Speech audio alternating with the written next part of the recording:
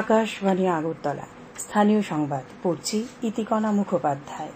মুখ্যমন্ত্রী অধ্যাপক ড মানিক সাহা বলেছেন, রাজ্য সরকার শিক্ষা ও স্বাস্থ্যকে সর্বাধিক অগ্রাধিকার দিয়ে কাজ করছে। শিক্ষা ও স্বাস্থ্যের মানোন্নয়নের জন্য নতুন নতুন প্রকল্প ও সুযোগ সম্প্রসারণ করা হচ্ছে। গতকাল কৈলাসহরের রামকৃষ্ণ মহাবিদ্যালয়ের বর্ষব্যাপী প্লাটিনাম জুবিলি উৎসবের উদ্বোধন করে তিনি একথা বলেন। তিনি বলেন, রাজ্যে কলেজ এবং বিশ্ববিদ্যালয়েও জাতীয় শিক্ষানীতি চালু করা হয়েছে। সেগুলো ধীরে ধীরে বাস্তবায়িত হচ্ছে। পরবর্তী প্রজন্ম এর সুফল ভোগ করবে।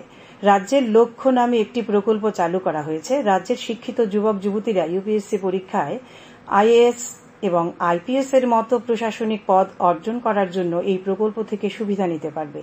এই প্রকল্পের অধীনে এই সমস্ত প্রশাসনিক পদে প্রিলিমিনারি পরীক্ষায় যারা সাফল্য লাভ করে তাদের 5,20,000 আর্থিক সহায়তা দেওয়া হয়।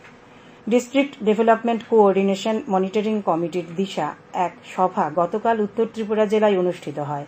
জেলাশাসক কার্যালয়ের সভাকক্ষে আয়োজিত এই সভায় সভাপতিত্ব করেন পূর্ব ত্রিপুরা সংসদীয় ক্ষেত্রের সাংসদ কৃতি দেবী দেববর্মন। তিনি বলেন, মানুষের আর্থসামাজিক অবস্থার মান উন্নয়নে অগ্রাধিকার দিয়ে কাজ করতে হবে।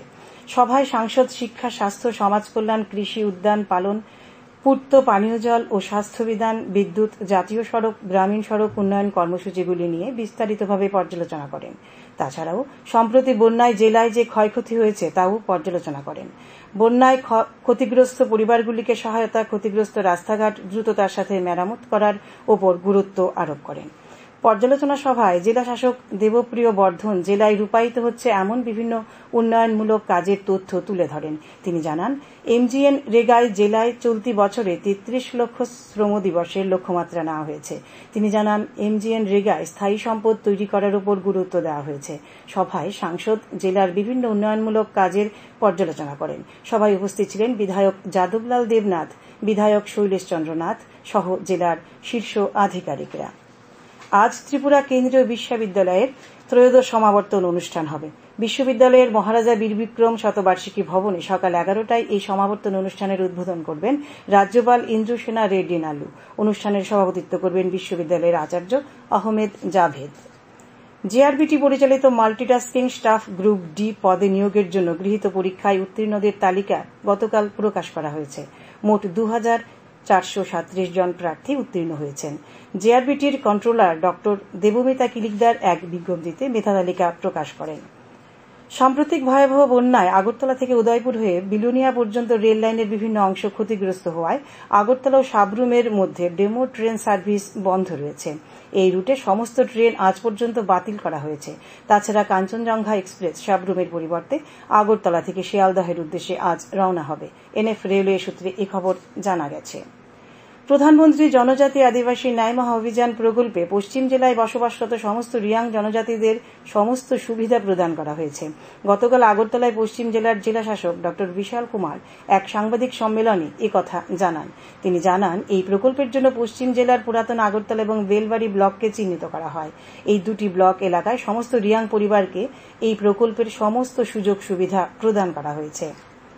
কেন্দ্রীয় ক্রীড়ামন্ত্রী মনসুখ মান্ডভিয়া বলেছেন যে সরকার ক্রীড়াবিদ এবং কোচদের সমস্ত ধরনের সুযোগ সুবিধা দিতে প্রতিশ্রুতিবদ্ধ। শ্রী মান্ডভিয়া বলেন, ক্রীড়াবিদরা যাতে আরও ভালো ফলাফল করতে পারেন সেজন্য সরকার আন্তর্জাতিক মানের ক্রীড়া পরিকাঠামো তৈরি করছে। গতকাল নতুন দিল্লিতে প্যারিস প্যারা অলিম্পিক থেকে ফিরে আসা অ্যাথলিটদের সংবর্ধনা দেওয়ার সময় শ্রী মান্ডভিয়া এই কথা বলেন। স্বর্ণপদক বিজয়ী অবনী লেখারাম, রৌপ্য পদক বিজয়ী মনীষ নারওয়াল ও প্রণব শর্মা এবং ব্রোঞ্জ পদক বিজয়ী মোনা আগরওয়াল, রুবিনা ফ্রান্সিস এবং রাকেশ কুমারকে সংবর্ধনা জানানো হয়।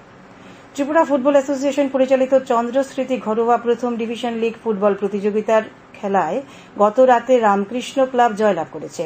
উমাকান্ত মিনি স্টেডিয়ামে নৈশালকে অনুষ্ঠিত খেলায় রামকৃষ্ণ ক্লাব 2-1 গোলে জুয়েলস অ্যাসোসিয়েশনকে পরাজিত করে, ফলে 3 পয়েন্ট পায়। আজ আকাশ সাধারণত মেঘাচ্ছন্ন থাকবে। 2-1 জায়গায় বজ্রবিদ্যুৎ সহ হালকা থেকে মাঝারি পর্যায়ে বৃষ্টিপাতের সম্ভাবনা রয়েছে। আজ ভোরের সর্বনিম্ন তাপমাত্রা ছিল 26 ডিগ্রি সেলসিয়াস। দিনের সর্বোচ্চ তাপমাত্রা 34 ডিগ্রি সেলসিয়াসের কাছাকাছি থাকবে। স্থানীয় সংবাদ এখনকার মতো এখানেই শেষ।